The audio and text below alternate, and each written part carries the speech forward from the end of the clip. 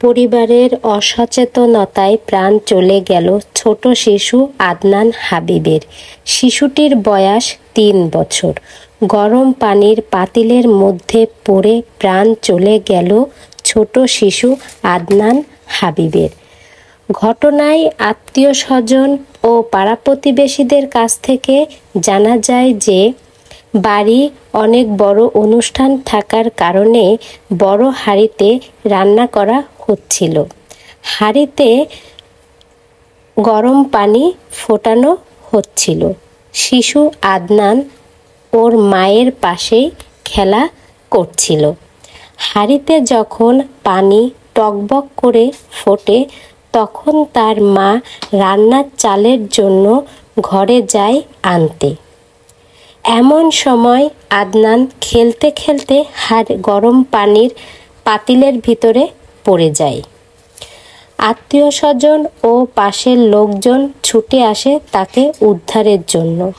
উদ্ধার করতে করতে শিশুটির শরীরের অনেক অংশই ঝলসে যায়। দ্রুত তাকে হাসপাতালে নিয়ে যাওয়া হয়।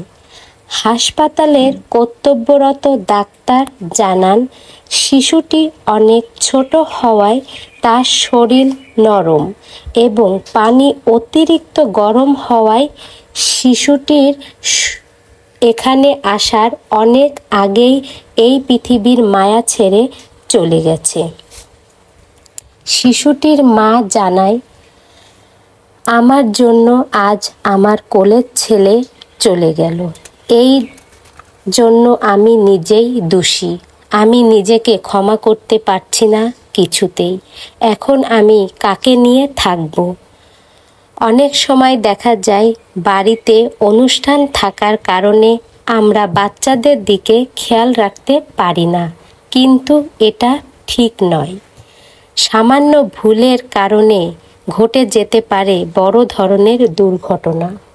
তো বন্ধুরা, যতই কাজের মাঝে কাজ থাকুক না কেন, আপনার ছোট শিশুর দিকে অবশ্যই খেয়াল রাখতে হবে। ভিডিওটি ভালো লাগলে শেয়ার করে অন্যকে সচেতন করার সুযোগ করে দেবেন। তো বন্ধুরা, আপনারা সবাই সচেতন থাকবেন, ভালো থাকবেন।